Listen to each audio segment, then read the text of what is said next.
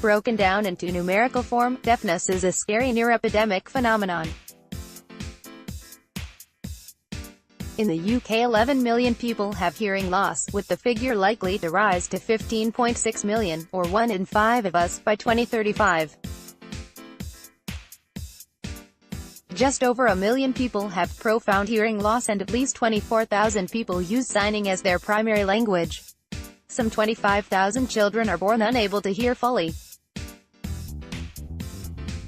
Unlike cancer, diabetes and the numerous other diseases and conditions that affect most if not all of us in some way, deafness and hearing loss fails to register as much as its volume of sufferers might demand. It is a handicap that is isolating. If I was wearing glasses or a white stick, people would compensate for that. The deafness, you're sitting here and someone comes up to you and says, "Excuse me," and you ignore them. They think you rude so-and-so, explains Paul Whitcomb, the audiology director of the Chingford Specsavers and several other branches across Essex. I hear both Paul and the chinking of spoons on saucers, chattering coffee drinkers and unhappy babies that fill the Costa we sit in loud and clear. For me, experience of hearing loss is confined to a particularly congested week following Glastonbury Festival, in which the hum of the Pyramid stage stuck in my ears as a shrill ringing, and watching my dad have his ears siringed by a nurse friend while on holiday.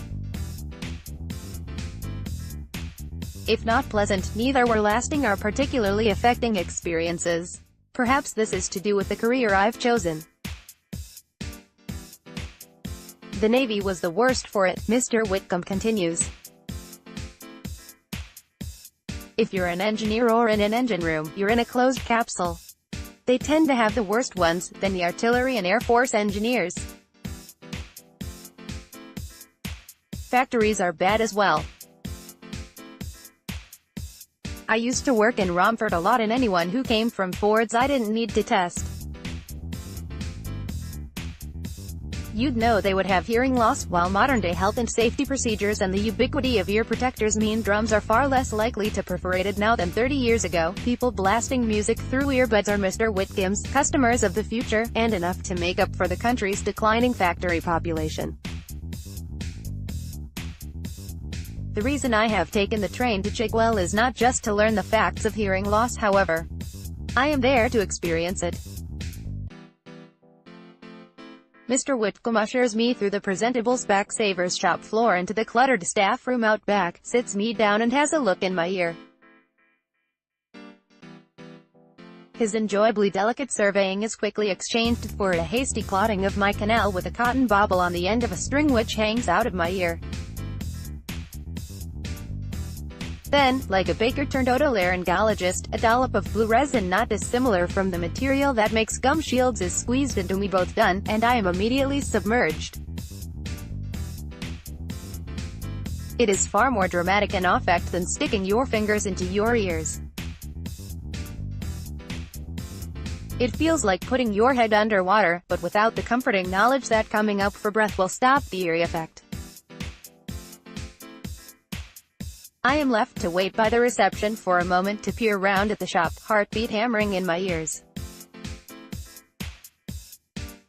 Either I am suffering from hallucinatory symptoms of incredibly early onset sensory deprivation, or I can hear the blood pumping through the veins of my face. Over the course of the afternoon I would spend only an hour deaf, in that short time walking with Mr. Whitcomb to the shops and attempting to buy another cup of coffee. It is enough for two of the most debilitating aspects of hearing loss to become clear. The first is, somewhat obviously, the fact that you cannot hear anything.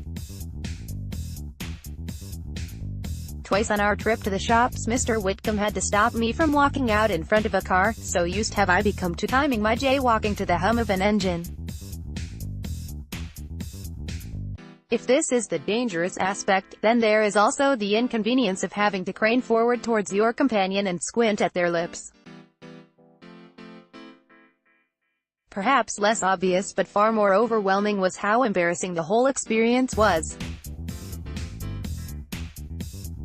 Twice I had to ask the barista in Costas to repeat herself when she asked for milk, prompting her to look at me with a slight air of pity. Being unsure of whether I was hearing my voice come out of my mouth or instead vibrate through my skull meant volume control was impossible, and shouting in public inevitable. And worst of all, walking through Chigwell while excruciatingly conscious of something no one else can see is to feel a creeping sense of embarrassment and dread, like I had a strand of toilet paper stuck onto my foot.